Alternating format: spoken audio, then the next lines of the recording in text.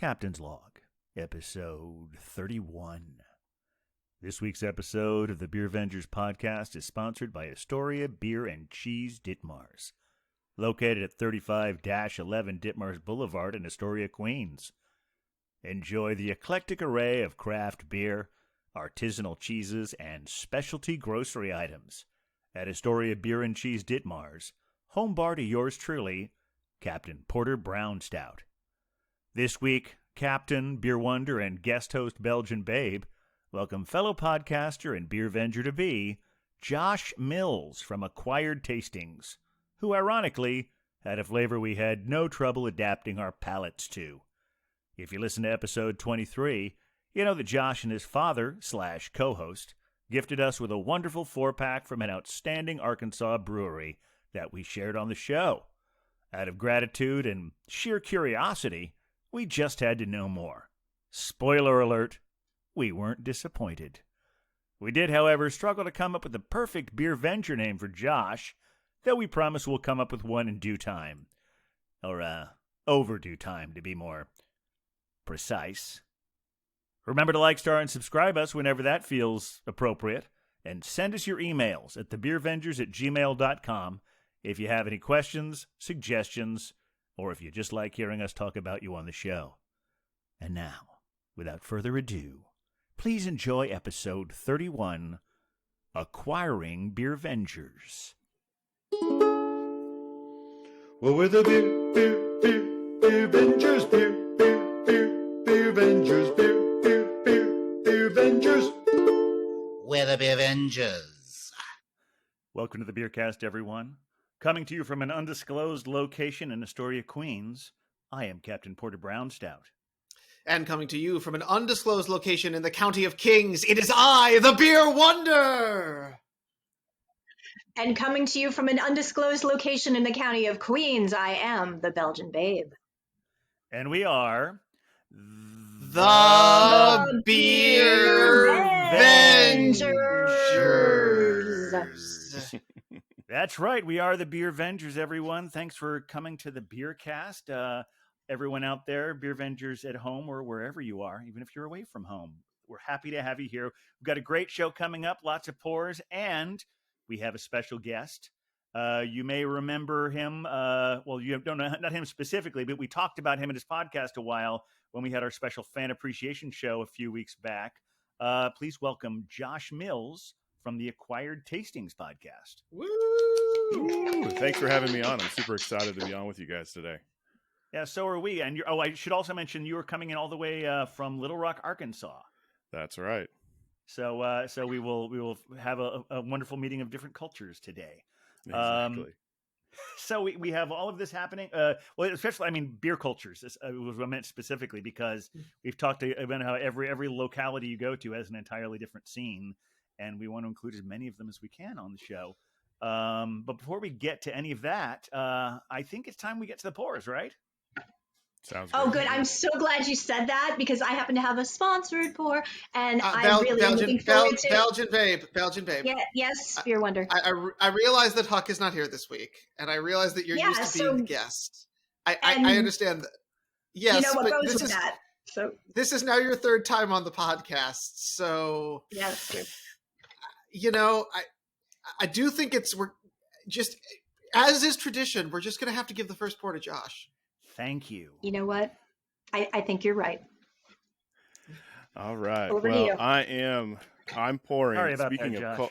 that's okay. It's beer, so we're all excited about it. We want to get it out in the glass. We are. So, speaking of cultures, I am actually pouring it's really hard to see. This is called the Druid Mixed Culture Stout from a local brewery called Lost 40. It's actually so you guys have had the Nighty Night from this brewery. Yeah. Mm-hmm. This is they take two of their stouts and they do a mixed wild culture that they actually cultivate locally. Oh, fun.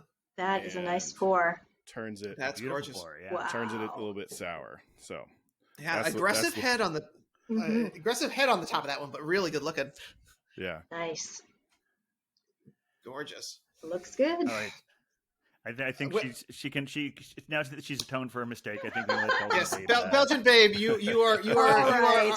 our other special guest. Alrighty then. Well, I am pouring a Fifth Hammer, which is around the corner here in Long Island City, New York. This is the Fifth Hammer Cherries in the Dark. Yeah, and I think we need to mention that beer is a sponsored pour. And it is a Belgian style ale with cherries, as I'm the Belgian Babe. It seems appropriate. So I'm going to try to get a better crack on this than I did on the Nighty Night a few weeks ago. Ooh, excellent crack on that one. Nice. I'll take it. And here we go. Okay, into the old pony bar glass. That's Hold it up a correct. little higher so we can take a peek at that thing. Ooh, let me try to get my fingers out of the way here. Okay. There you go. It's tricky. It can be a little bit tricky in the logo and the. But it's got decent head retention there, or actually a lot of head production. Looks like a kind of a browner beer. Yeah. Yeah, I was going to say it's almost looks like a dark ale. But we'll see where we go with that. So you sure can. Yep. Oh, very nice. Yeah. It's a good logo. Yeah. Yeah. The Fifth Hammer with a Roman V for 5. Excellent. So it's the Fifth Hammer. All righty. And is that all you have there? Oh, no. Since we are hosting our acquired tastings colleague here, I have brought a cheese for pairing with the beer.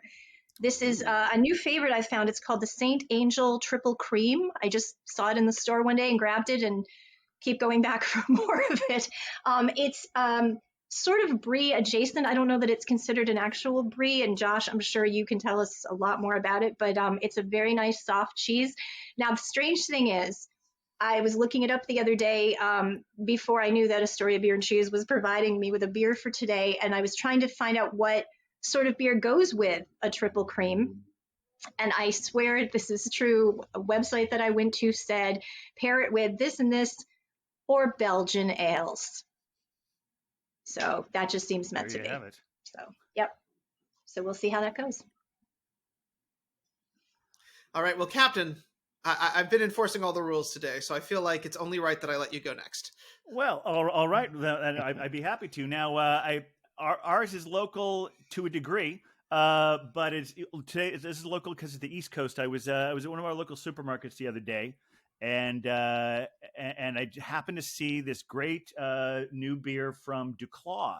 Do you have DuClaw in Arkansas, Josh? No, we don't. Sadly. But have you seen it? Have you ever heard of it? I've heard of it. I haven't actually seen or been able to taste one.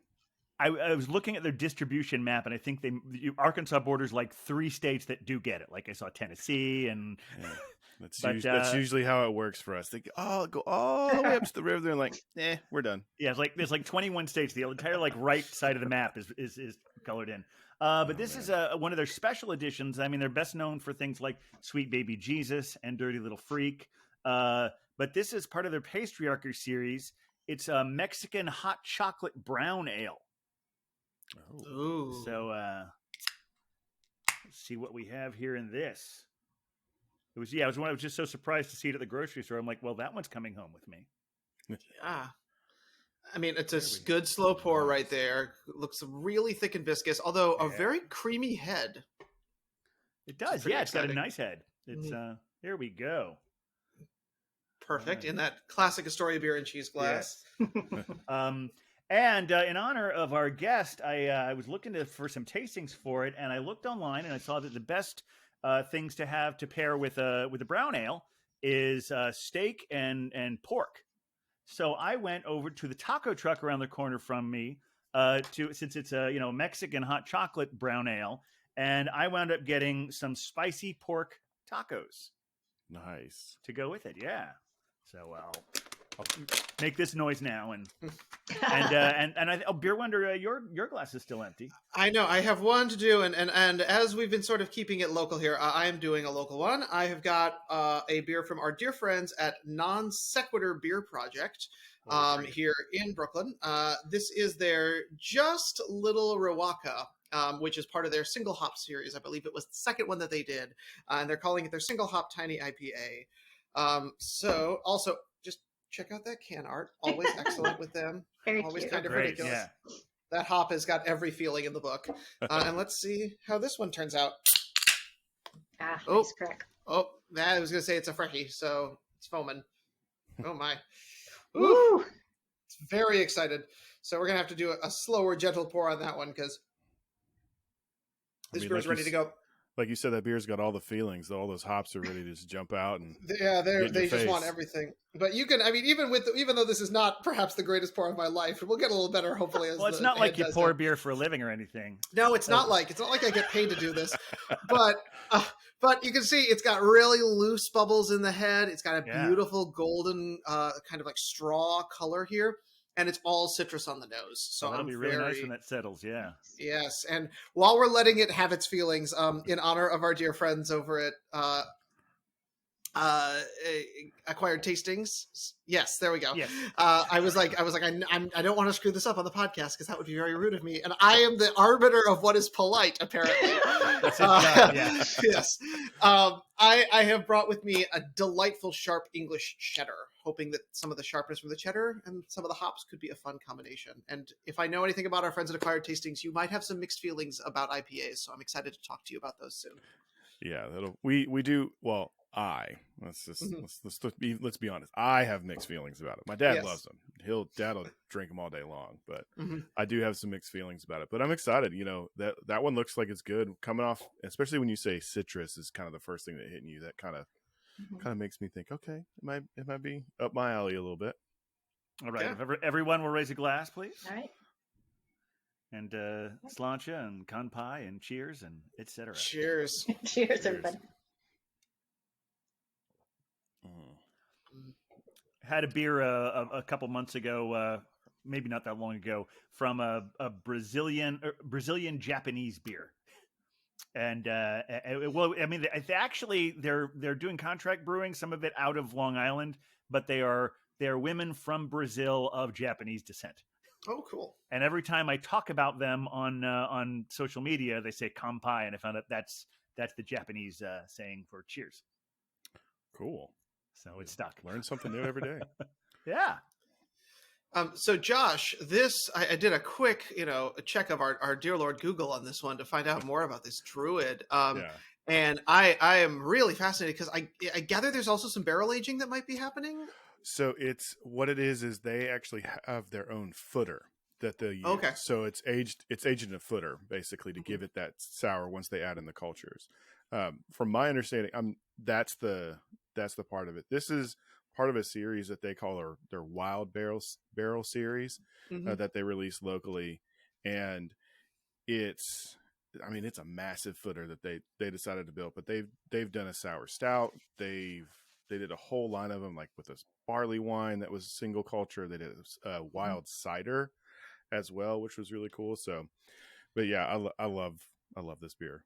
It's absolutely delicious. I always love those great big bottles. Now I see why you're only doing one pour tonight. Yeah. Well, so I thought about bringing a second pour from kind of their same idea. They have a saison that they do where they went to one of our local public gardens and actually cultivated the yeast from some of the fruit plants that are in that garden. But it's a 750, and I was like, I don't need to have this at. I think this is at 10%. Woo! And then go into something, go into a whole another bottle. Yeah, so I think it's got to be on here somewhere. But it's up there around the 10 plus % on the bottle.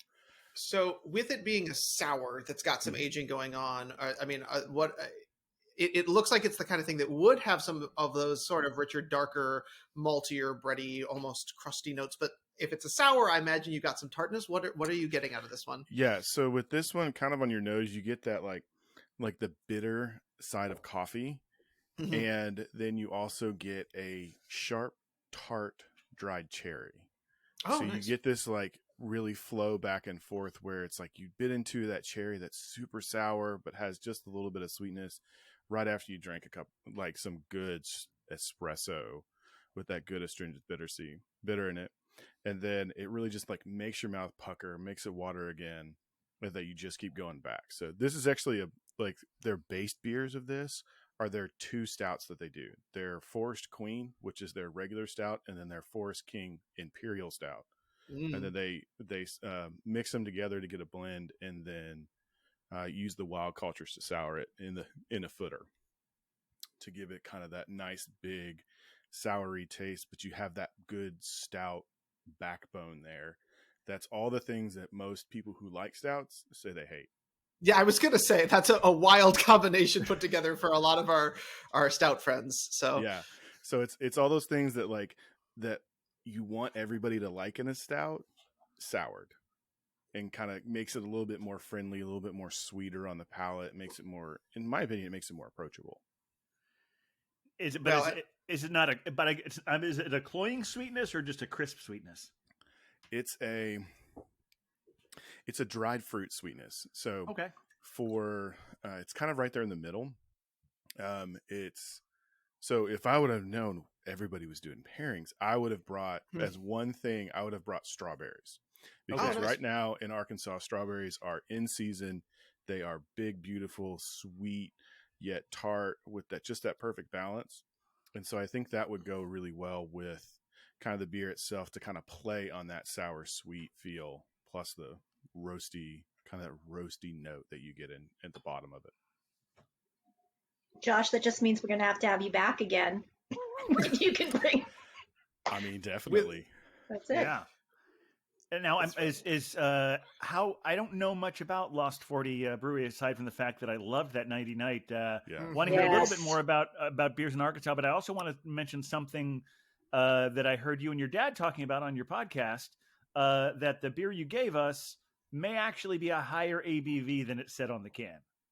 Well, so there's this thing when it comes to Arkansas is our laws are very strange, especially when it comes to alcohol production. For a long time, my dad mentioned this on one back. So, for a long time, you couldn't brew and sell beer that was over 6%. Like state law couldn't make it. It was illegal to do. So, and we all know that there's the play that you get as a brewer or even a winemaker in your alcohol, in your ABV. So I think it's like it's like 3 each way. When you taste that beer and you taste it next to another 10.5% beer, it's different in my opinion. It's different. And if I drink 3 of one and then 3 of another, well, not at the same time, of course, because I'd be on the floor at that point.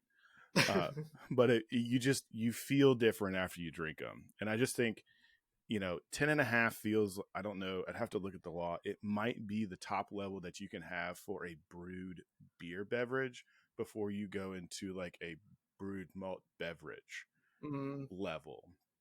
Or like, I think there's probably some nuances when it comes to barley wine, because a few places around here have done barley wine, but I've never seen it above like 13.5%. So it may go into just some of that as well as taxes. Yeah, I remember there was a similar situation in Ohio. I don't remember what the percentage was, but I remember I was there right as the law was changing. It seems like a lot of states had, because these are these old, antiquated, just barely post-prohibition laws that were going on there, and I think a lot of the states, like Ohio, probably saw how well Michigan was doing with craft beers, and they realized it was about time to change the laws so they could try and keep up. And they've made up for lost time. They're great. But I remember I was there one time visiting a friend of mine, and the law was just changing, and he was talking about that very thing about how, this is 13% or whatever it is, because there was a lot of speculation as to whether people were topping off that ABV a little bit. Since this is a podcast, we should mention you were doing quotation marks in the air. Yeah. I heard it. I heard it in my head. Okay, yeah, exactly. But no, so there was that law about the 6.5%, also played into distributing, because we have about 35 different type of liquor licenses that you can have in the state. Oh, wow. And one of them is beer and wine only. And for a long time, if it was brewed over 6.5%, it wasn't considered beer. It was considered brewed malt beverage. So if I just had like the wine bar that I worked at just had a wine and beer license. And so you as the distributor couldn't sell me anything above 6.5%. Like Dead Guy for a long time could not be sold in those type of establishments because it's 6.6% alcohol. And it's like, what is up here? It's like a standard beer that you everywhere should have. Yeah. So it was like, it's gone away now, but it was there for a while, and it made ordering sometimes so hard and so limiting. Yeah. I can imagine. Well, Yeah. it sounds like a delightful beer, and I know, continuing on the dark beer trend, Captain, what's up with this delightful Duclaw? It's really good. It's it's a let's see, it is a 7%. So it's still keeping that level of, a little bit higher than your average brown ale, like that one that Nutpool brought on a couple weeks ago from Fifth Hammer. Right. That was a 5.5. So this is a 7. So it's definitely sort of probably the upper range of before it would start to be considered imperial. Okay. But it's funny when I looked at the taco truck. This is actually we'll tell the story about Boss of the Tacos. But the taco truck, they had 3 separate kinds of pork that I could have chosen in this. They're like just basic carnitas, and then there's but the one I chose the spicy pork specifically because it was a spicy beer, and I find that those spices are pinging back and forth and complementing each other very well. And it's interesting. The only other beer and this may not be entirely true. We'll check that out with Hookups next week. The only other beer that immediately comes to mind, that's what I'll say, with the same kind of profile, is the Stone Chocovesa, which I think I featured a while back because that's one of my favorite seasonal beers that they do. It's really that, but that's more of a stout, and so therefore it's a little heartier. This is very much in the brown, but it's got a lot of character to it, and I'm really enjoying it. It's so funny. When they talk about it being No, go ahead. Well, like I say, when they talk about it being Mexican hot chocolate, do they talk about any there's actually they put chili in there? Because that's kind of that's what makes a Mexican hot chocolate. There's that. There's also cinnamon usually. I will take a quick look at this. Okay, it's cinnamon spice, deep chocolate, and lactose. It does not mention chilies specifically because I know that the Chocovesa definitely does. But I think they're letting. It seems like they're letting cinnamon do most of the spice work in this one. Okay, so you're getting that nice warming note from that cinnamon. Yeah. To kind of open it up a bit. Yeah, it's funny. A couple weeks ago, we were talking about the way how some brewers are more pure about the way they do things, about how they think we make beer that tastes like beer. Was it Hill Farmstead Beer Wonder that we were talking about? Yeah. Oh, yeah. Yeah, he wrote this article where he was throwing down the gauntlet for people who put silly adjuncts in their beers. And Duclaw is very clearly, whether they've been attacked as well, but they are very much on the other side of that argument because their slogan is "Craft be cherished, rules be damned." Nice. Which I think is a wonderful philosophy. Mentioned earlier on the podcast, Duclaw's, I believe, the group that did the unicorn farts that I so lovingly enjoyed with Beervengers, and then eventually sent our dear Sourpuss. Oh no, excuse me, Mother Pucker on a misadventure to go and find beers herself. Yeah. So, well, they did a recent one. I was just looking it up because I was trying to do my last minute homework right before I got on here tonight, and they did a recent promotion in March that was a benefit for colorectal cancer. And I think it was they had sort of a rainbow crap on the can, and it's something like, "Do you give a crap about colorectal cancer?" Was the whole premise of this IPA. Yeah. And what they were doing was you could sign up for this raffle thing where you could basically send them if you were selected for this thing, you would send in a stool sample to be screened for this cancer, and they would send you a free 6-pack of unicorn farts for that. Wow. I'm in. That's a great beer. I know this is strange. Send it all the way to me? Some of us are eating here, but I just think that's a wonderful, clever, playful promotion to do. Yeah, for a good cause. For sure. Very cool. So, Belgian Babe, we haven't heard Yep. much about this Cherries in the Dark. Well, you know what? I'm going to start with a confession because for some reason when I was pouring it, I was thinking it was a stout. And when I said, oh, it looks like a lager, it's probably because it is a Belgian style ale with cherries. And so I'm actually kind of glad of that because it's a lighter pour. And the cheese is not overly rich, but it's rich. And so I think a stout with it might be a little too much. And what I'm finding with this, I don't know if you noticed, I ran and got a new glass because I think I didn't rinse the other one out enough. So the nose I got was palm olive. So I I made a change. Not a standard beer scent. Not what I was expecting. But it's a very nice sort of sweet nose. And it's, it's a light and sweet ale, and then it finishes with sort of a little bit of a sour cherry. For me, that's where the cherry comes in, is at the finish. So I was curious to compare it with the Druid when Josh was talking about the sour fruit. It's an interesting mix. And the cheese is very creamy and with a hint of sweetness. So it's kind of a nice combination. I feel like the sweet and the sour kind of balance each other out. So I'm enjoying it very much. Yeah, that sounds good. Saint Andre is a really buttery kind of cheese. So if you've ever, it's in the Brie family. Mm-hmm. It's just from it's from Saint Andre, France, which is why or Saint Angel, not Saint Angel, Saint Angel. Yeah, but it's from Saint Angel, France. And so with those kind of soft rind ripened cheese, you get that lovely big butteriness that kind of has that little bit of sweetness and that salty kind of little bit. Does that one have any kind of any funk on it? Because some of them will have, some of the regional specific ones will have, the funkiness of cheese. No, it's just the rind and it's very smooth. It's very not funky at all. So no. It's a great one that, like, you do baked camembert, baked brie. You can also do baked Saint Andre with it. Yeah. I'm just thinking like that with like a warmed cherry sauce, pour over top, cut it with a knife. That sounds great. Yeah. Like I say, I just saw it in the grocery store and it was a nice already soft in the case. And I was like, let's take it home and give it a try. And now, I've made a couple pilgrimages back to the same store to say, like, I must have more of this. So yeah, it's a new, it's a nice new discovery. And this is a nice beer to pair it with.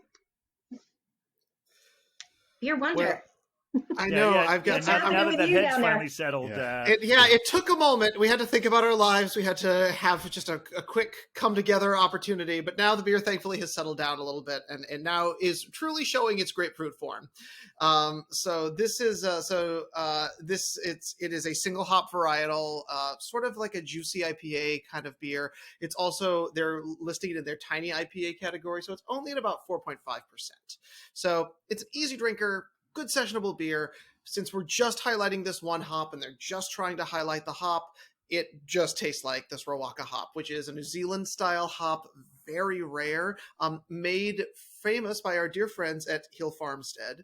And in fact, one thing I love about Non Sequitur is that they do kind of code label their beers. So you probably can't see it, but on the bottom of the beer, it does say Mill Farm Bed as their little nod to our friends at Hill Farmstead. So that's its code name. Oh, cute. But Non Sequitur is a fun one because they're contract brewers, or at least they started as contract brewers. And one of the things that they do is that they list on every can where this was actually brewed. And so this was brewed at Keg and Lantern, which is a brewery that we've talked about here in the County of Kings. Yeah, I think that's where they did their Black is Beautiful beer also. Mm-hmm.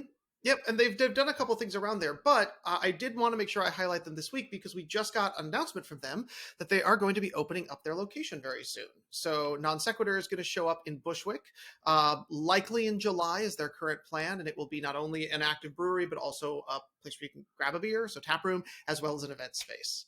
And so they're known for their IPAs, and this is no exception. It's all just a nice, easy drinking grapefruit.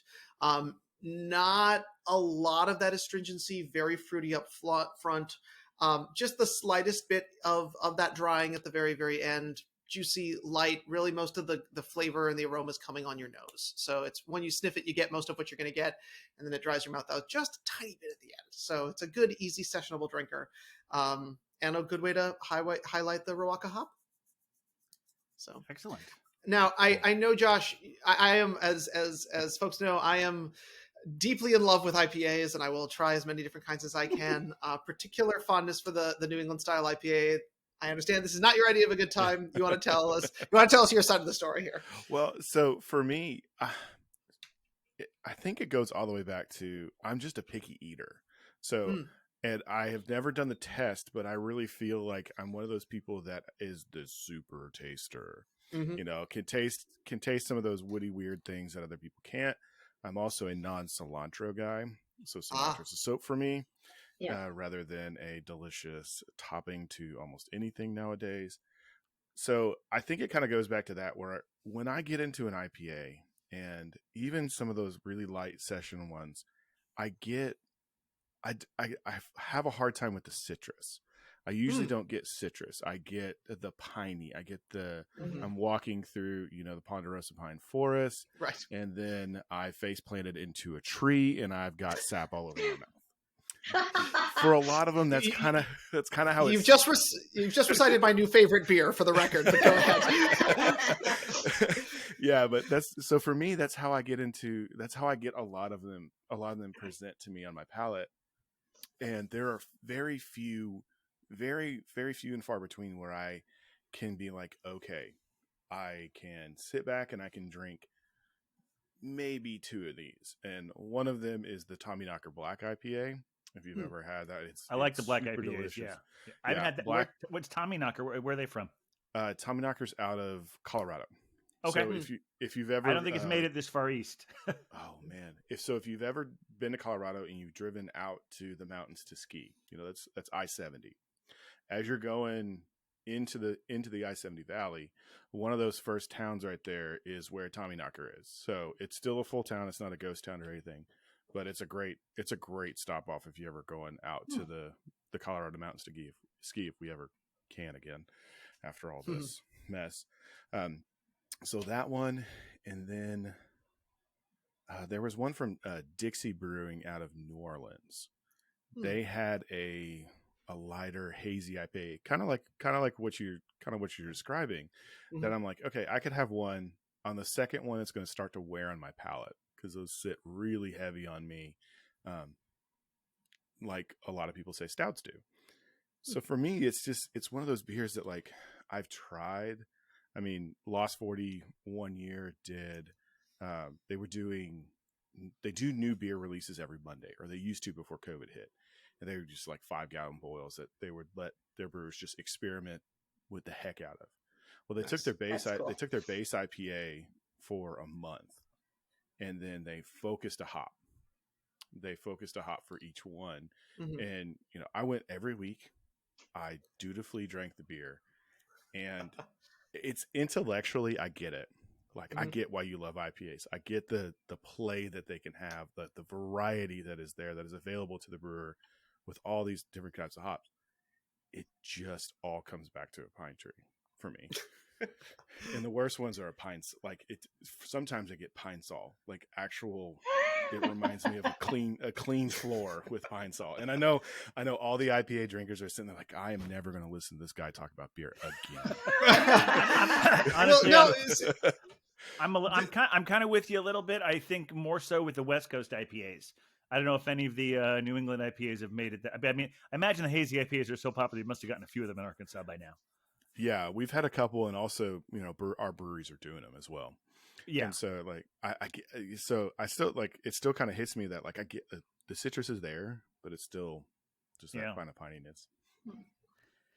Well, I think that's a nice little preview to segue into what we're going to talk about. Now, I realize that Josh has listened to a few of these, but neither he nor maybe some of the new people who are coming to us who are listeners of Josh's podcast.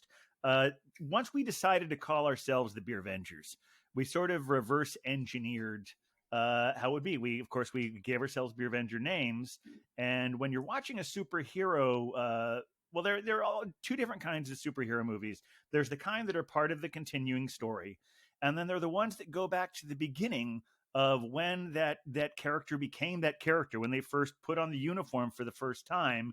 And in the world of comic books, that is known as the origin story. That's right. It's known as the origin story.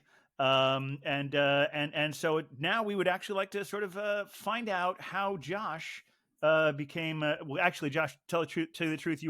This is part of your origin story right now, since you don't have a Beervenger name yet. This is the last chapter in your origin story. And where we usually start these is, do you remember when your first positive or negative or whatever interaction with beer first started? So my first interaction with beer was a negative. My dad homebrewed when I was growing up. We got him he got a homebrewing kit, loved it. The thing was, he cooked in the house, and it made the house smell like the worst sour smell that I could ever imagine. Like the smell to me was just like the worst thing ever. I would run out of the house and be like, I'm leaving, bye. And I'm like, 7 or 8 at this point. I'd go find lotion, and I would smell the lotion rather than, kind of smelling the beer that was brewing in the house. So like my first connotation with beer was actually a negative one. We ended up buying him a turkey fryer so he could, cook out of the house or brew out of the house. And then as I was growing up, alcohol was always kind of around, cocktail culture with my parents and, my dad or my mom's family. I helped out. Don't tell anyone. I helped out behind the bar since I was about 6. I've known how to make a gin and tonic Excellent for job. a long time. I mean, gin and tonic in a tip jar. And my grandfather would always prime the tip jar with like a $20 bill. So I was always there helping out. And so alcohol was never one of those things that was like, ooh, I need to go get into this when I get old enough. It's the forbidden fruit. So I, when I kind of got into, teenage years, I was an athlete, and my sister was like, you may not want to get into the alcohol scene. You don't want to get in trouble. You don't want to, lose any possible athletic stuff you may have. So I never really got into it. And I made the decision. I was like, you know what? I'm going to wait till I'm 21. It's not a big deal. It's not something that I'm like, oh my gosh, I've got to go get this right now. So I went to a very strict college based on my choice, because I'm an educator by trade, and they had one of the best local education programs around. But I just so happened to turn 21 while I was doing an overseas campus in Italy. Ooh. And so food and wine had always been a thing for me. I thought about going to culinary school for a while, and I just I had this feeling like there's something magic about when food and wine can come together. I'd seen it from parties at my parents' house. You kind of read about it when you're reading into food. Like as a kid, I read cookbooks rather than fiction books. I still love to cook to this day. But my sister came over for one of my free travels, which was my birthday week. And we went to Venice and did kind of a whole Venice and Milan trip. And on my 21st birthday, I had probably first beer that I can really say, like, I remember drinking a beer, and it was a Guinness. Guinness was my first beer. It's my dad drank it. I'd seen it around for a long time, and I just kind of loved it. Tried a gin and tonic too, because that's the family drink. Realized I'm not a gin guy. So, but I also had an experience with wine while I was there. And on one of our podcasts with my friend Maggie, we talk about our first like food and wine pairing experience. And so I kind of go into that where I just had this aha moment when it came to wine. That's where I started my wine journey. But beer was a little bit different for me. I mean, Guinness was good. I didn't really kind of get into it until later, where I started kind of more in my personal journey of getting into the food and the alcohol industry. So I started doing it. Like I said, Lost 40 was one of our breweries that opened up around here. And I just went as a kind of a ritual on Mondays.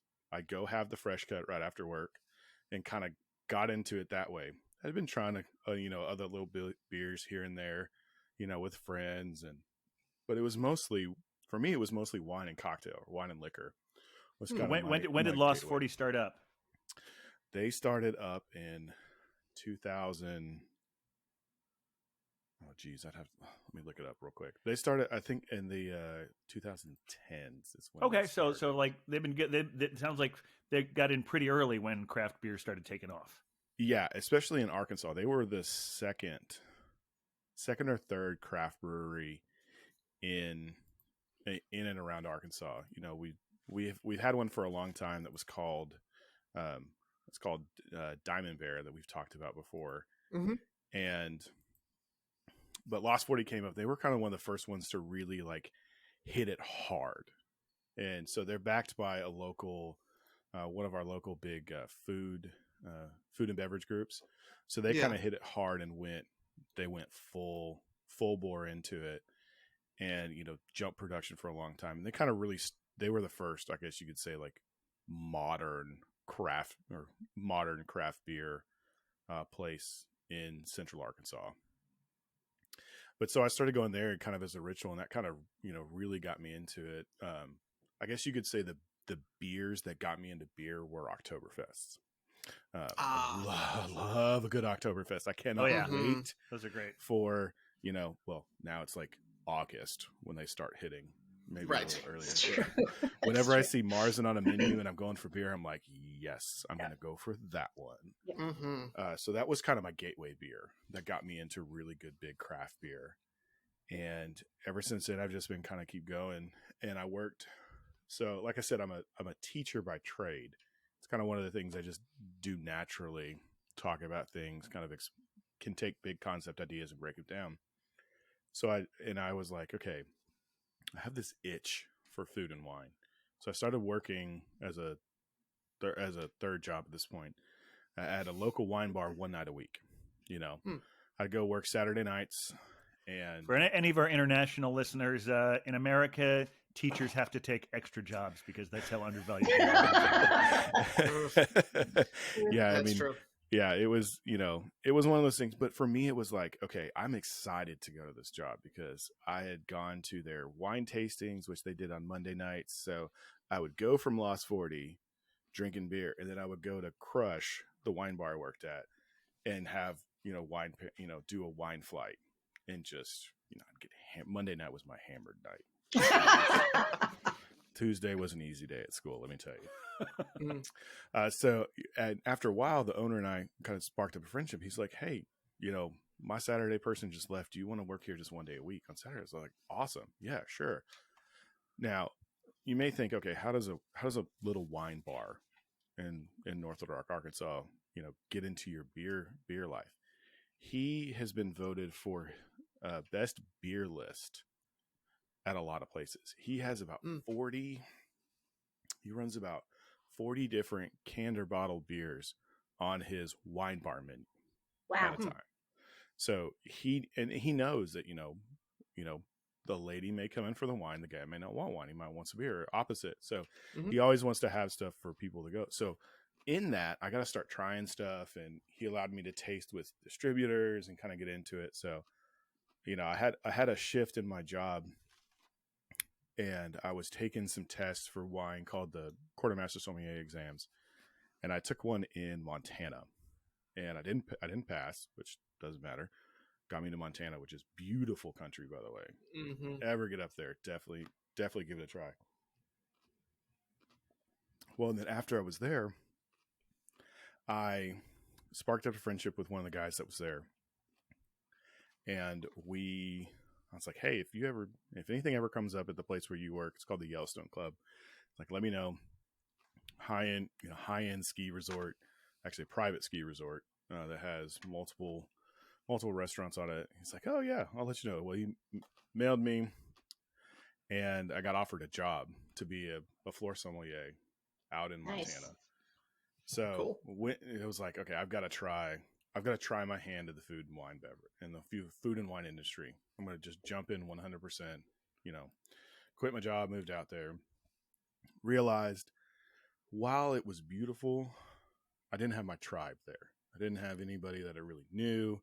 So I decided to move back to Arkansas. I got back in the education game, and my dad and I, we love doing this kind of stuff, talking to people about food and wine and beer, and then the food piece. So we started a kind of a volunteer company called Argenta Acquired Tastings, because that was the neighborhood that I lived in North Little Rock that I absolutely love. And what we would do is we would create pairing experiences for people. So if you could hire us and say, okay, I want a 6-course wine paired dinner, and we would do it all for you. We also donated these events to local charities, where we got most of our exposure. So we would do these, and we did around the world in 8 beers. We did a 3-course dinner with 3 pairings at each course, to kind of show that diversity. So we fell in love with this kind of work. I've talked about the interesting laws we have here in Arkansas. Yes. And especially liquor licenses. And we could not figure out how to make it a legal business without having a brick and mortar space. So we ended up, stopping it. And how long were you doing it until you hit that wall? Doing it maybe about a year. Okay. Year and a half. So we had given away 4 or 5 events, and we did maybe 1 or 2 paid events. So it came down to the cooking and then the actual purchasing of the alcohol and selling it, technically, just became kind of an interesting, a problem we couldn't solve without a lot more money behind us to figure it out. So we decided, it's not worth it. It's fun, but it's not, we can't really make it viable right now. So that was about 3 years ago that stopped. Ever since then, I was a big podcast guy. Loved listening to the podcast. I love listening to spoken word, books on tape, all that kind of stuff. And I kept telling my dad, I was like, Dad, we should totally do this. We should do what we did in a smaller format on podcasts, because I think people would really enjoy hearing and learning about it, but also the pairing piece. Because a lot of times you don't know, like working in a restaurant and working at a wine bar, I mean, unless you study it, you don't know what goes with what. So you're just kind of blindly guessing. And we don't have a lot of full-time sommeliers or cicerones in restaurants here in Arkansas. So I was like, this would be awesome. We could totally do this, talk about it. I'm hounding him for about 2.5 years about this. Like, Dad, we should do this. Dad, we should do this. Dad, we should do this. And then there was a pandemic.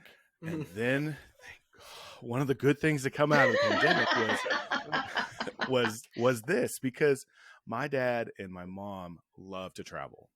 And I love to travel too. I've been to multiple different wine regions. We traveled as a kid.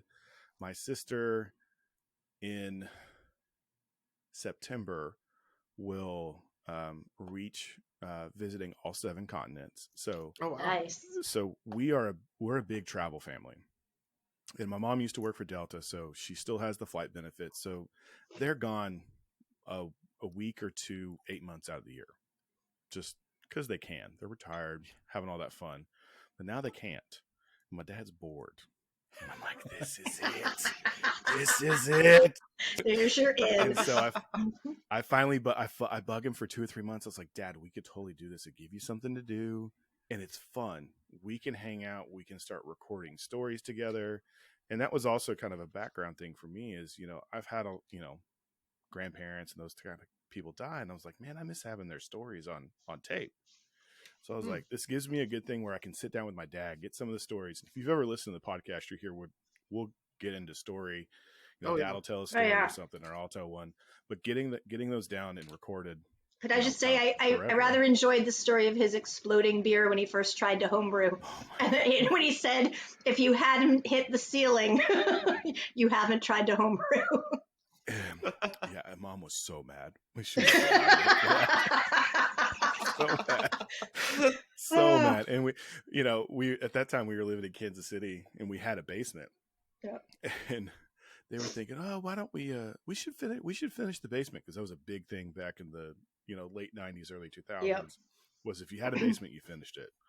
And then Dad blew up his beer down there, and Mom's like, nope, not spending that money. But it's not now, and now you have the story recorded thanks to the podcast. Yeah. So that's great. Yeah, and so that was one of the big things. But also, it's to get it out there. Like I said, I'm a natural teacher. I love talking about this kind of stuff. I love doing pairings. I love food. I love creating food. I love creating those experiences for people, or helping them to create those experiences. And I was like, this is fantastic for what we have now. Since we can't do this in person, why not do it in another format? And so we've jumped in full bore. Let's see.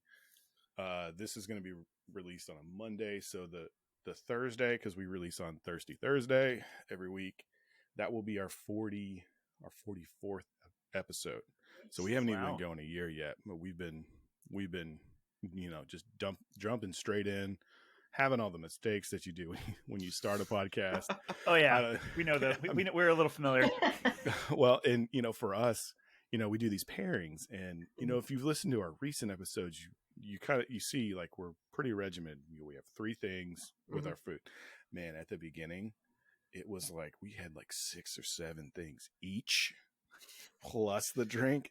And we were like, how do we fit this in around about an hour? And we realized, we're like, okay, we're spending a whole bunch of money making these big, beautiful plates for 2 of us. And most of the food's left over. And so we're like, okay, we gotta pare this down and kind of make it work. And so that's kind of, how we got here. And I love it. I'm very excited to see, kind of the expansion of what we've done, seeing new countries pop up that are listening to us, that's always crazy. Yeah. Like, who's listening in the Netherlands? Yeah. Like at one point I looked at, I was like, Lithuania, Bangladesh, what? We got an episode in Bangladesh? How is this happening? And then, chatting with people through Instagram about it. And it's just, it's fantastic. And I love, if we're starting here, it can only go up. And it sounds to me, Josh, that from listening to a few of the episodes, that your dad's enjoying it just as much as you are. That he sees that, like, oh yeah, this was a great idea you had. Yeah, he finally. So my dad is one of those ones. He's got to think about it. He's an engineer. So mine too. Engineers, you know that they've got to sit and marinate on it for a while, and sit and chew and do run all the scenarios in his head. Because before he retired, he was working with a division that would basically say, okay, this power plant wants to join our big power grid here. Let's run all the scenarios to see what's going to happen if this blows up, if one line goes down, and so that was what he did for 3 or 4 years before he retired. So he still has that mindset. But I'm super glad he's done it, and he loves it. He really does enjoy it, and he's our editor. So he also loves that meticulous side of it to kind of go through. Now when he's out of town, I edit, and that may be why it's not as crisp or clean as him, because I'm still working and he's retired. So, but it's been a great experience. And, heck, I would have never met you guys if we would have never done this before. And that's true. All this fantasticness going on. Yeah, we're a little behind you. This is episode 31 we're doing right now. So, but we've definitely taken some tips from you guys. Yeah. It's funny. I've cherry picked a few of your episodes here and there. Somehow I managed to get both of the ones where you mentioned, I don't know if you mentioned us more than twice, but both, like a couple of times when you talked about us at the end, it was like, oh, that's what a nice surprise. Yeah. Well, here's the funny thing. Like, so are you actually teaching in a school right now? So I work at a school. I'm not currently teaching. I'm the director of assessment and technology now. I'm technology kind of nerd when it comes to teaching. So I'm not actually teaching, but I am in school every day, and especially right now because it's testing. Physically in the school. And what grade level are you, Josh? What grade levels? So our school runs kindergarten through 8th grade. Okay. Oh, wow. But was there a point of the pandemic where you weren't going into the building so much? Yeah. So we shut down 2 days before our spring break last year. Oof. And they were thinking, okay, we'll just kind of knock it out. we'll have the week of spring break. We'll be out the next week. And then we didn't come back until August. Okay. And so we were out all the way through the end of kind of the middle-ish of August. And we've actually been back in the building since then. We have a lot of different protocols in place for safety, groups not crossing, 6 feet apart, all that jazz, masks. And we do have virtual kids as well. The reason I asked that is because my life is almost completely virtual still all this time later right now. And I every time I discover a new podcast, I have to just do sampling because all the time when I used to listen to podcasts don't exist anymore. Trains. It was either either while I was in public transportation or going to the gym. And now it's like, it's very hard for me to listen to a podcast if I don't have some other mindless task to occupy me. Yeah. But so that otherwise I probably would have listened to more of your episodes by now. Right. And that's one of the things, like, we talk about it a lot in our podcast. It's like, yes, we understand that podcasts are, for lack of a better term, a mindless listen. You know, you're doing something else, you're driving, you're walking, you're in a car. But we talk a lot about, so ours, you can sit down and like do it. Mm-hmm. Like, sit with us, listen to it, kind of make an event out of it, because it's so hard with the pandemic to, have that sense of, well, I'm doing something fun, but I'm still in my house. Yeah. Mm-hmm. And so we try and have that kind of thing to where you can listen along to us. I actually have a friend of mine who listens every episode. Him and his family got together and did like our champagne episode, which was right around the holidays, and they bought everything and sat and they talked. He told me, like, we opened the bottles, listened to you guys, and then we ended up talking too much, so they turned us off. But which I get. Is that part of the when you're getting into sparkling wine, you kind of get into that.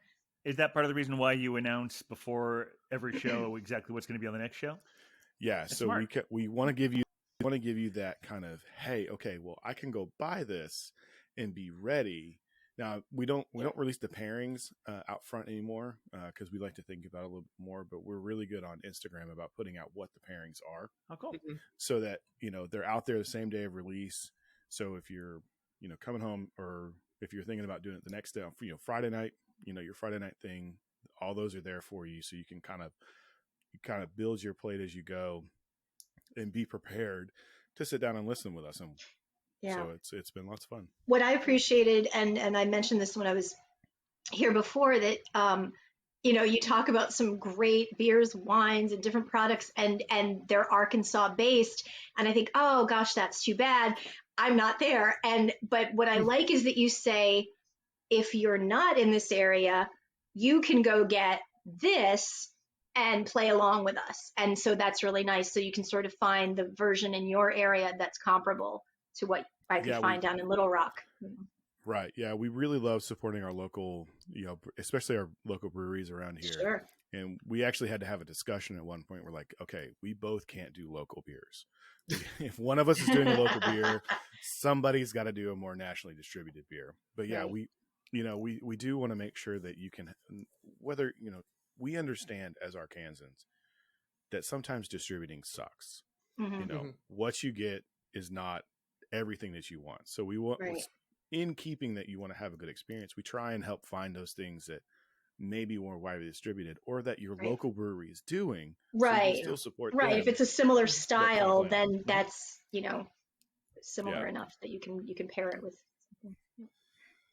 Right. Well, all right. Go ahead.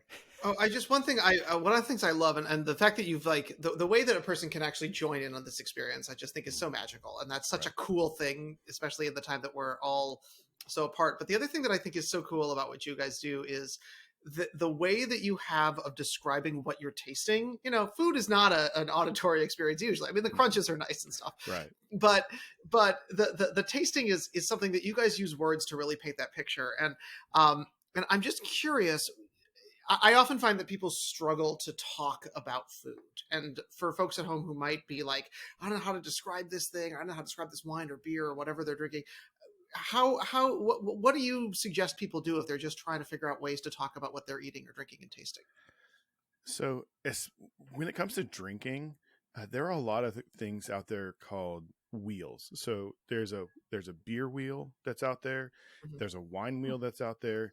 And what it does is it starts you in the middle, and it starts you really general. It says, so for Mhm. wine, let's say you're drinking and you taste fruity. Okay, so then you're okay. I'm going to this wedge now where it says fruity, and then you can take another drink, and then it has more descriptive after that, and so you can start thinking about it to kind of figure it out that way. And then Mhm. honestly, when it comes to food, I kind of pull from my wine and beer and spirits knowledge.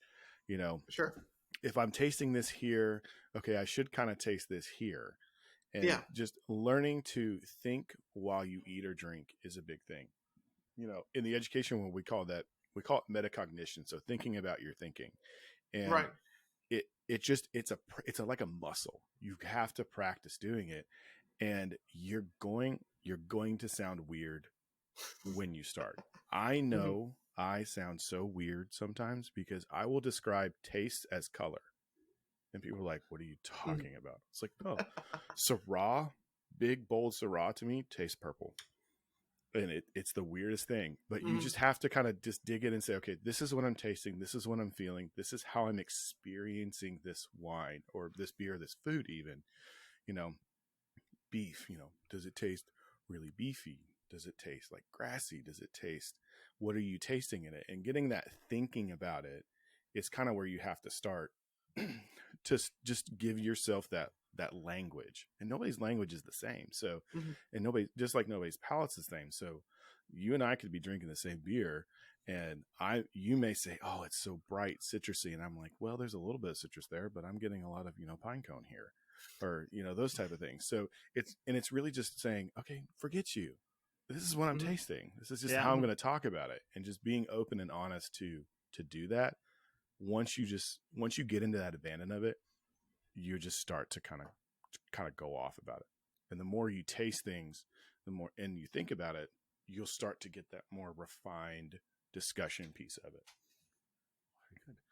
All right. Well, I don't know what color this is, but I'm actually ready for a second pour. I'm. Oh my goodness! It hasn't been cellaring for long, at least where I live. So I'm not gonna ask Huck to play that song. He's done enough without actually speaking this week already. But I feel like he's here nonetheless. But I, since our guest is seeing our world here, I did want to have one beer that's hyper local, and this is from Big Alice. In fact, Beer Wonder, you and Belgian Babe were with me when I picked this up. Dear. It is called A Ship in Harbor. Oh. It is an aged stout from Big Alice. It's a special one, so it's got one of these things on top of it. And there we go. We always know that always adds a little extra time to the pour. But there we go. All right. It's a 10.5%. Yeah. Oh, bless it. The 2020 vintage. Oh, boy. That's a pretty literally color. pouring motor oil right there. I want that beer. I feel like that one. Jam. That one they may not allow to get cross state lines. I'm afraid. So no, not unless we were, using your dad's Delta miles and packing it in the checked luggage. There you go. It's not a big head on that either. A case of wine. You're right. It's not. Well, it's an imperial stout, so often those are muted, and it's also it's even though it hasn't been aging here long, it does say, if you can see that, vintage 2020 right there on the label. I see. Oh. Okay. Yeah, I don't actually see it, but I no, you can't. But believe it. Yeah, I believe you. I'll save it and show it to you later. I'm gonna have to bring my big wine. So I travel a lot when I go to wine regions, and I actually have a big rolly that can hold a case of wine.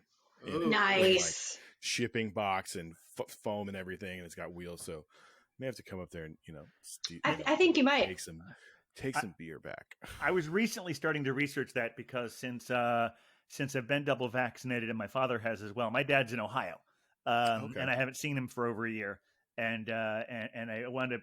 I am actually flying Delta. Not that there's any place for Delta. Not they're giving us anything. Fly yet. Delta. Yeah. If you like, I mean, if you like, we get no piece of it, but you can't. I just flew Delta from my field reporting in Wisconsin, and I had a fantastic time with them. So we seem to be a pro Delta crew. I wonder if they're like, we actually happened to mention them last week because it was the 420 episode, and they have Sweetwater 420 available on the in-flight, which Huck mentioned last week.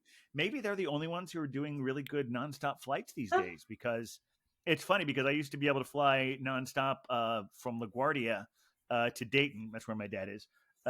Could fly to Dayton nonstop on American, but now the closest I can get to a nonstop is flying Delta to Cincinnati.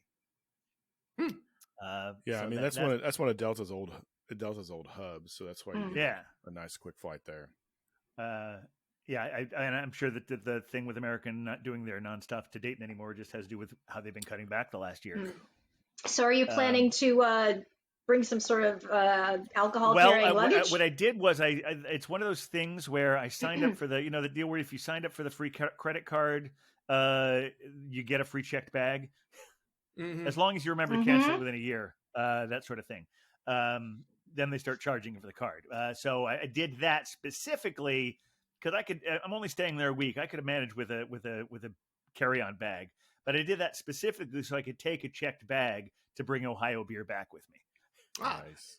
So a trick. I'll tell you a packing trick. You know those like square sound reducing foam things they sell? Yeah. For cheap. Buy Amazon yourself a bunch of those. They don't weigh much of anything. They compact really well, but they've got with the V cut, it's going to give you actually good support if you kind of sandwich them to pack something in that, so it won't kind of move around. It kind of gives you that hard foam feeling without paying for like hard cut foam. And then when I get back from my trip, I can use it to upgrade my home studio. There you go. Multi-purpose. Reduce, reuse, and recycle. Well, speaking of our friends at Big Alice, I did want to throw in a quick plug for a weekend beer adventure that is starting, and only appropriate that our friends from Required Tastings are here, because our good friends at Big Alice Brewing are hosting a virtual beer and cheese pairing with our friends at Malt and Mold, which is a local cheese shop. They're great.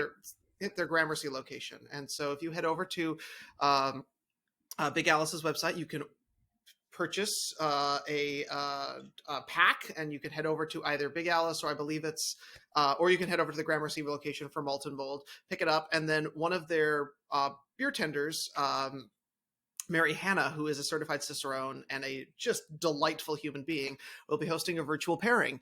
No news on what you're drinking, but we love to support two small businesses and love to have to be able to support them on a week that we've got someone who does pairings. Yeah, that's awesome. For pro here. Very timely. By the way, Malt and Mold is a fantastic name for a shop.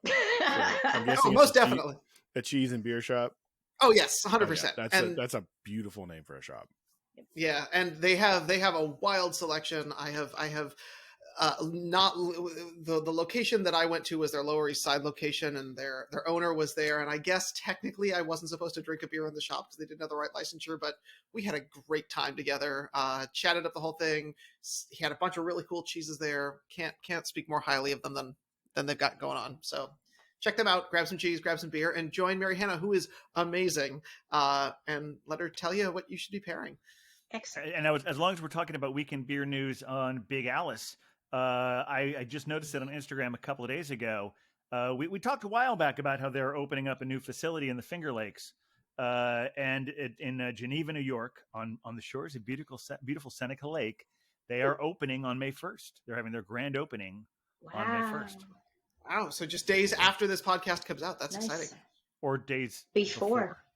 Days after we're talking, because this podcast comes out on the May 3rd. Yes. Exactly. That's right. Even though I told Josh it was May 2nd. The wonders of technology. I know. I was like, when you said Monday, I got it.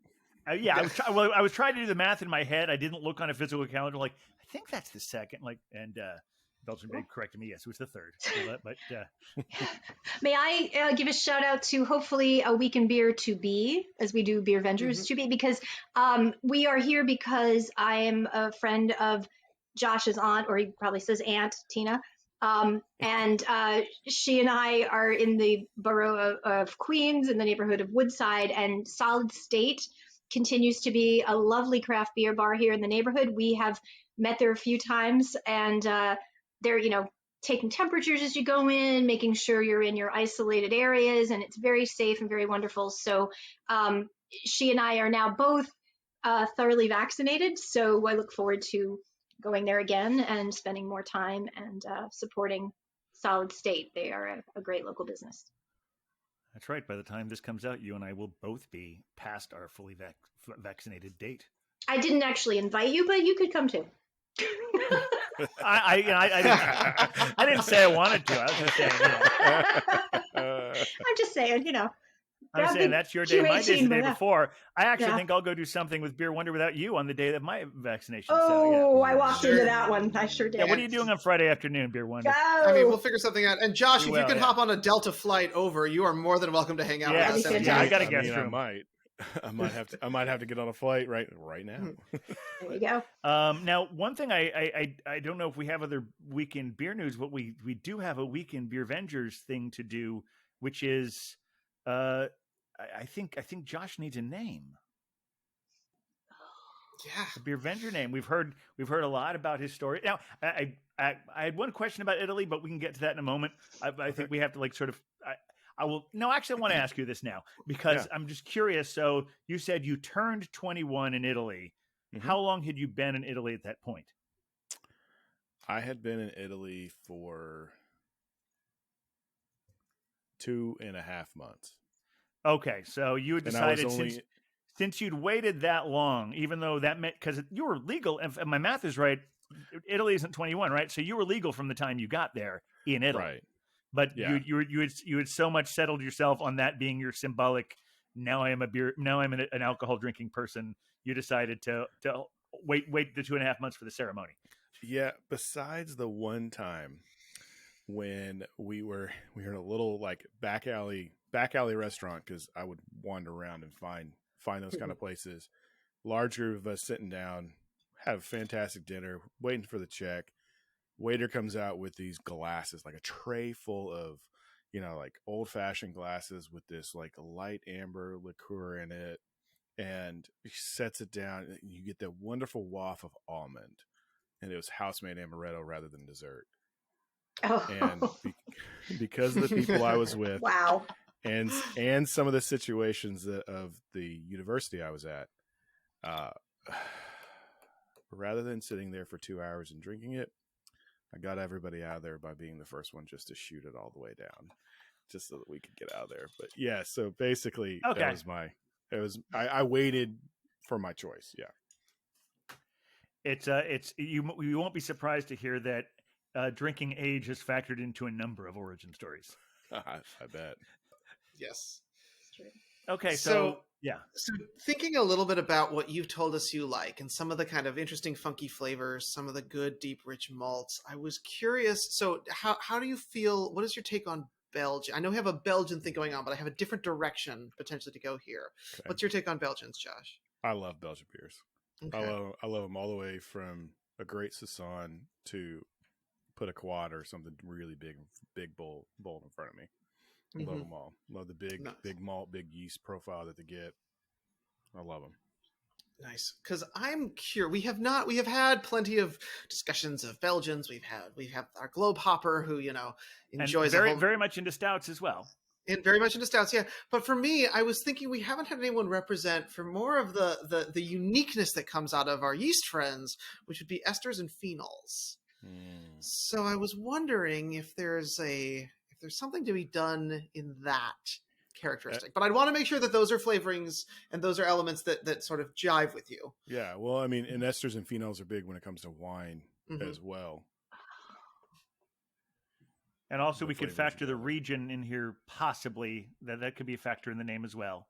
The Arkansas thing. Or the Southern thing. Yeah, I mean, if we needed a nickname for your dad, we'd just call him the Arkansas Traveler. But that's the easy one. So next time he comes on, he's already got his name already. Yeah. There we go. See, Look, this is clearly, Huck is the best one of all of us at getting this discussion going. Huck is always very good at these kind of things. Like usually, we talk about it for about 5 minutes, but usually the first thing that comes out of his mouth is the ones we wind up using. Yeah.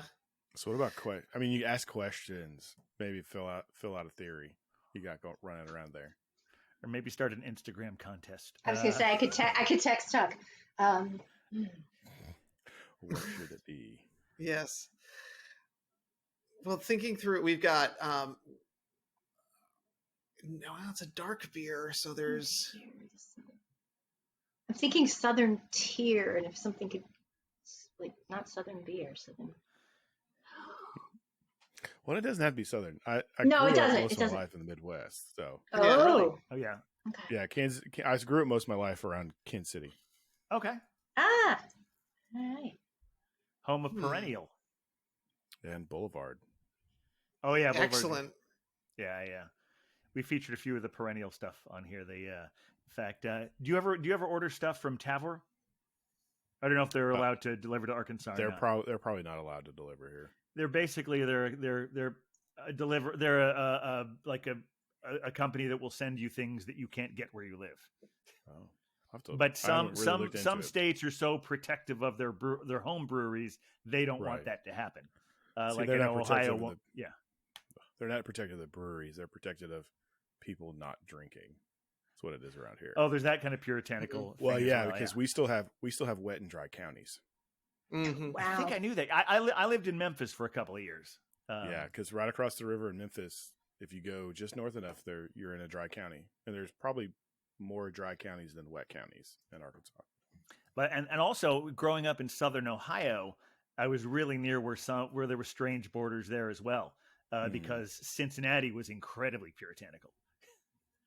I mean, probably though that attitude is probably still there, but they had so many obscenity kind of laws and blue laws that apparently right over the river in Kentucky things were crazy because that's where everyone went to have fun.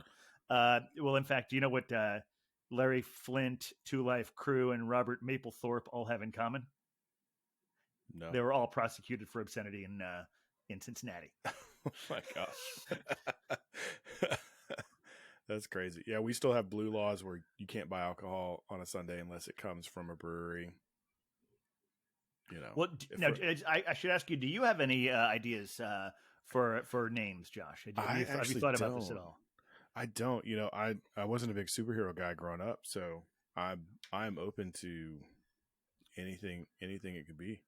Well, for me, I'm thinking now because also you have this innate ability to break things down. There, you can pair things up for people. You can really create these things. So there's like there's like a genius quality. There's like a mastermind feeling here. So a part of me wants you to be something like the Esther genius, or the Belgian Babe's got a good one.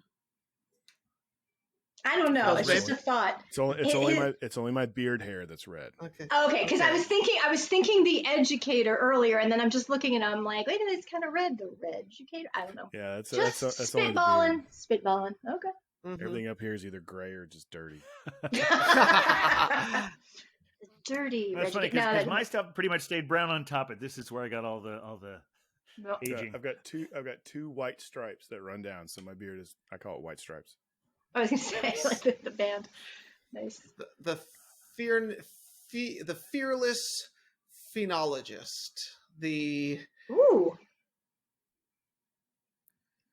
champion. The. I mean, you also have the pairing idea that you could play with. The pairing idea, yeah, interesting. Ooh. Thrown in the pairing. The something pairer. Or the pairing. We'll figure out something. It may not be before the end of the podcast, but we will figure out something. We will. We'll definitely. If worst case scenario, we'll put it to an Instagram vote. Yeah. And if people want to follow, if they want to learn more about Acquired Tastings, perhaps on the Instagrams, where should they look? So on Instagram, we are at Acquired Tastings, and we're on all the podcast platforms. Instagram is really the best place to follow us. You can follow us on Facebook. We're Acquired Tastings on Facebook. Twitter is basically just a byproduct of what we put on Instagram. So Instagram is really our big thing. That's where we'll post all the stories, and we'll archive the stories for all of our pairings and wines and beers and everything that we do there. The photographs are gorgeous. I don't know who takes your photos, but they're really beautiful. Well, thank you. That's makes me. Hey. Makes me hungry every time I scroll through, for sure. Well, that's that's kind of the downfall. Like all my friends that listen, they're like, okay, I can't listen to you after lunch. If I'm walking around doing work after lunch, I can't listen after. I just get too hungry. I'm like, I'm sorry. Thank you that we have good descriptions, but sorry. Do it and at I home feel like with your family. given your job and not that you should do this at your job, but if you want to see a really good movie that combines high school and drinking, watch Another Round on Hulu. Oh, I'll have to check that out. Danish movie. It just won the Oscar for best foreign film the other night. Yeah, my dad was telling me about that. That's the one where the teacher, like, they do a study and the teachers drink or teach better buzzed. Well, yes, sober. not hammered, just buzzed. But yeah, slightly buzzed. Yeah, but not drunk. And sometimes people make an occasional miscalculation, and self-medication happens some of the times. But yeah, it's and since it's a European film, it's got a pretty nuanced approach to it.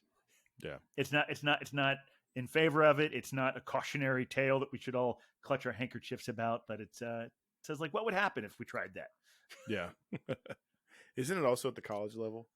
Isn't it like college professors? Well, this is something I didn't know until I heard my friends on the Love of Cinema podcast, which is all about plugging each other's podcasts right now, because apparently in Denmark, the drinking age is 16. Oh. So therefore, high school seniors are already drinking. I mean, so wow. these people are teaching. Start drinking. Well, yeah, they start, but so it's not as, you were talking about the laws in this country. You're saying specifically Arkansas. They have their own flavor of it, but I think there are a lot of places in the United States that are colored by our Victorian origins. Yes, very much. And so yeah, we have a weird relationship with alcohol where we clutch our pearls and are all sad about people who are drinking, and then everybody drinks. And then feels bad about themselves and beats themselves up. There's the whole joke about Southern Baptists in the black trash bags. Yeah, ever heard that one? I don't think I have. So you always got to have a black trash bag so that nobody can see what you put inside. Oh, so when you put it out on the curb, they can't see what cans or bottles are in there. Excellent. Very true. It's that hidden aspect. You never know. Well, it looks like the naming debate will have to continue. It will. Mm-hmm. And if anyone out there has any suggestions for Josh's Beervenger name, you can reach out to us at thebeervengers@gmail.com or on the social medias at the Beervengers. That's on Instagram, Twitter, and Facebook. Just help us figure this all out. I have the sense that Huck will listen to this and go, "Oh, you know what it should be." Boom. Exactly. After he's finished being on assignment, I'm sure he'll have plenty of ideas. He is. That's it, Josh. He's the naming savant. That's exactly right. Once he resumes his speaking voice, because right now he's only got a singing voice. And we'll figure all of that out. Josh, it's been really wonderful having you here. This has been a wonderful episode. And thank you so much. Yeah. Come back anytime. Thank you guys for having me on. It's a fantastic time, and maybe one of these days we'll get one of you on, and we'll get one of you on our show, and then maybe we'll have the Arkansas Traveler on. That's right. We got to bring your dad. That'd be cool too. Yeah. There we go. Beautiful. Sounds great. All right. Well, I see Huck is back over there clutching his uke. And come back. As I said, come back anytime. And anyone listening out there, come back next week. And it's been a great show. Mm-hmm. Well, with a Beervengers, Beervengers, Beervengers. We're the Beervengers.